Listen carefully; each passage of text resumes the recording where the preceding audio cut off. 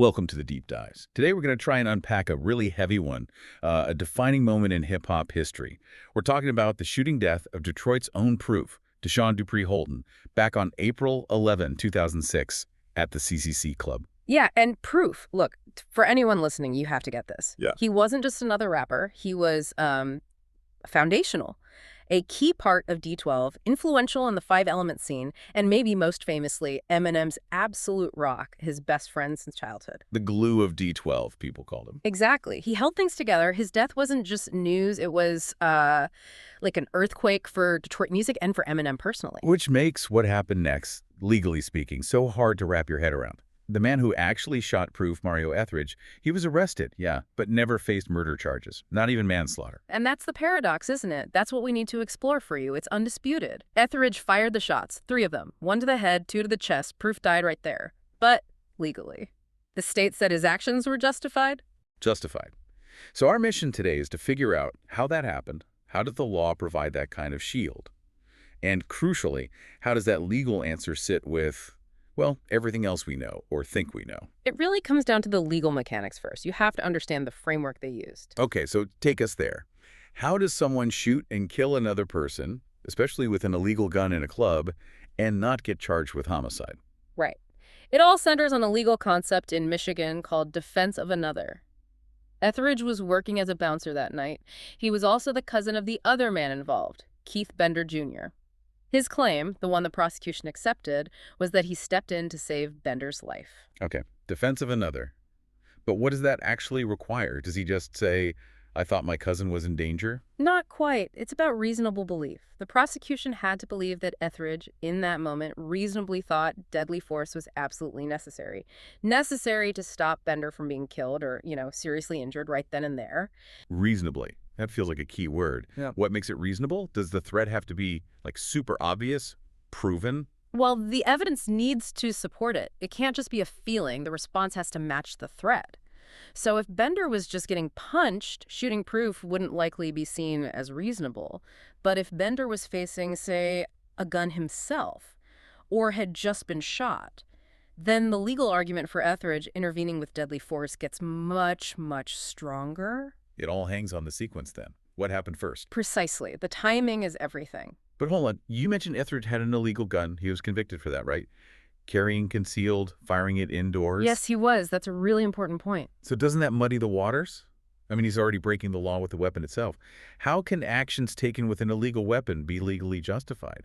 Seems like the whole thing should be tainted. It seems that way intuitively, but the law, or at least how the prosecution applied it here, made a distinction, a very fine one. They essentially separated the means from the result. They said, okay, Etheridge broke the law by having the gun illegally and firing it inside. Punish him for those crimes. Yeah. But the act of killing Proof, they viewed that in isolation as a reaction to what he perceived as an immediate deadly threat to Bender. So, the justification for the killing stood on its own, separate from the weapons charges. That separation is critical to understanding why no homicide charges were filed. Wow. Okay. So if the justification hangs completely on Proof, being the one who used lethal force first, we need that official story.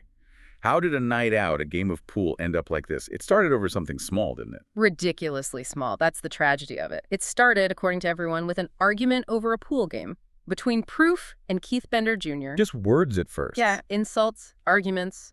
But it escalated. It became physical. A fight broke out. And then the guns came out, according to the police and the prosecutor's version. According to the official version, the one the legal decision rested on, yes.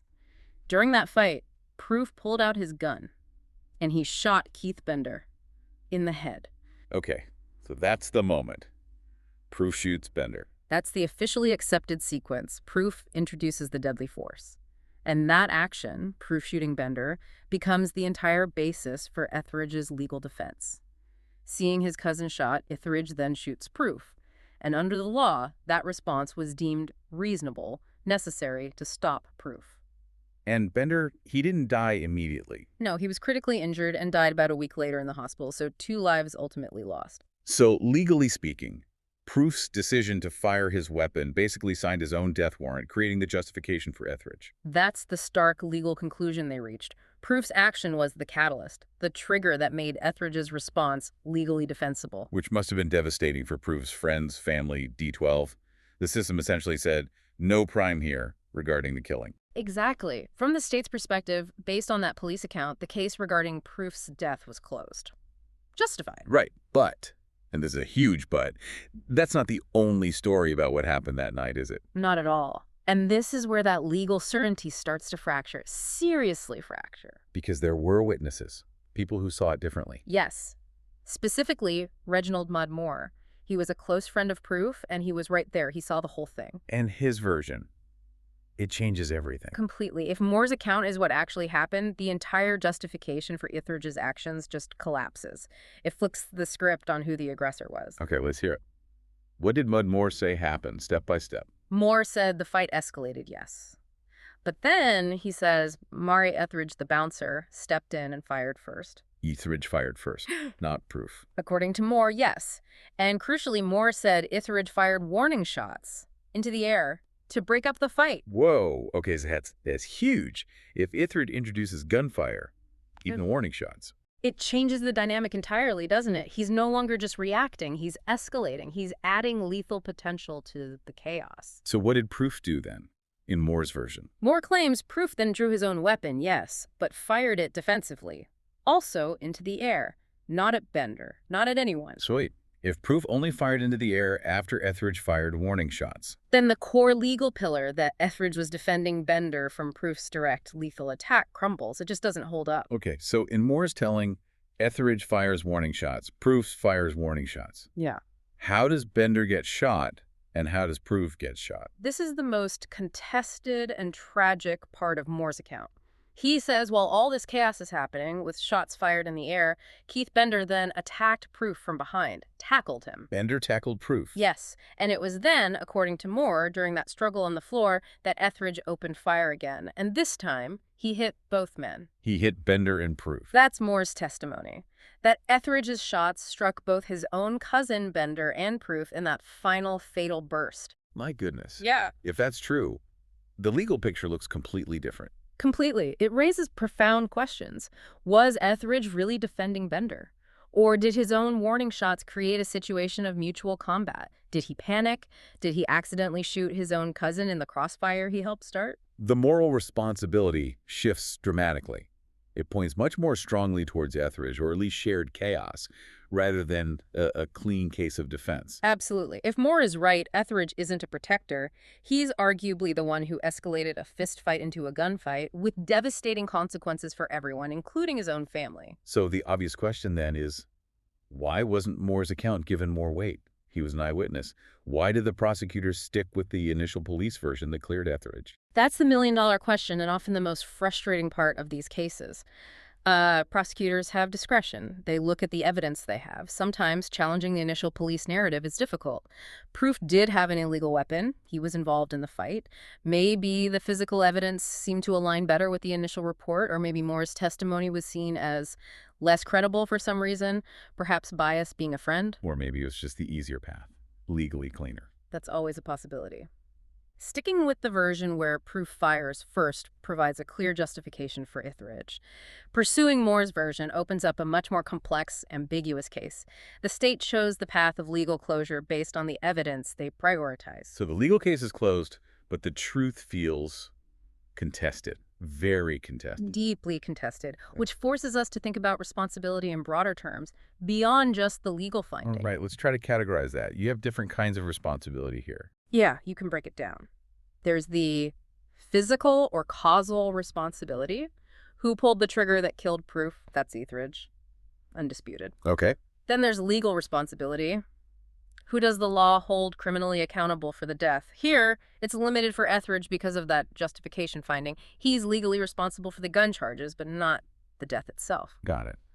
Then you get to moral responsibility. And this is where it's completely up in the air. It depends entirely on which sequence of events you believe. The police version, or Mudd Moore's version.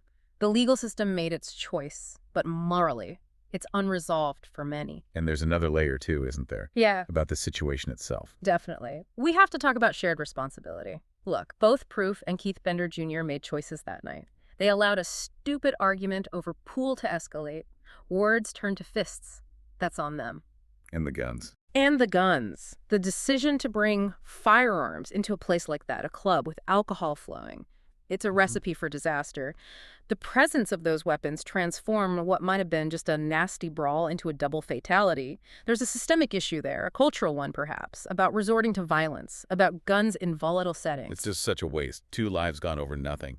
And the ripple effects. Yeah. Particularly for Proof's legacy and the people around him. Oh, immense. The loss of Proof wasn't just a statistic. It gutted the Detroit hip-hop scene. People revered him, not just for his music, but for his role as a mentor, a stable figure. D12 was never really the same, were they? Never. He was the core. His absence just fractured the group dynamic.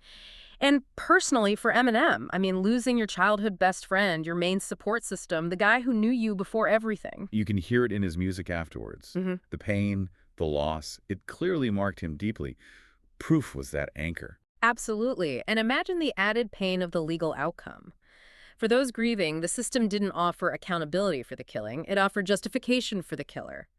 That leaves people stuck, you know? Stuck with conflicting stories, unresolved anger, and the knowledge that 2 men died over basically nothing. So, wrapping this up, Mario Etheridge fired the shots that killed Proof. That's a fact.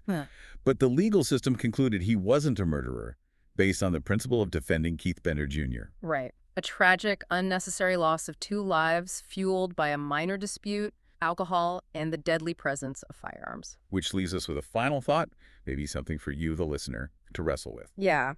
When you have a situation like this, where the entire legal justification for killing the sequence of who shot first is directly contradicted by a credible eyewitness, does that legal finding of defense of another really close the book on responsibility?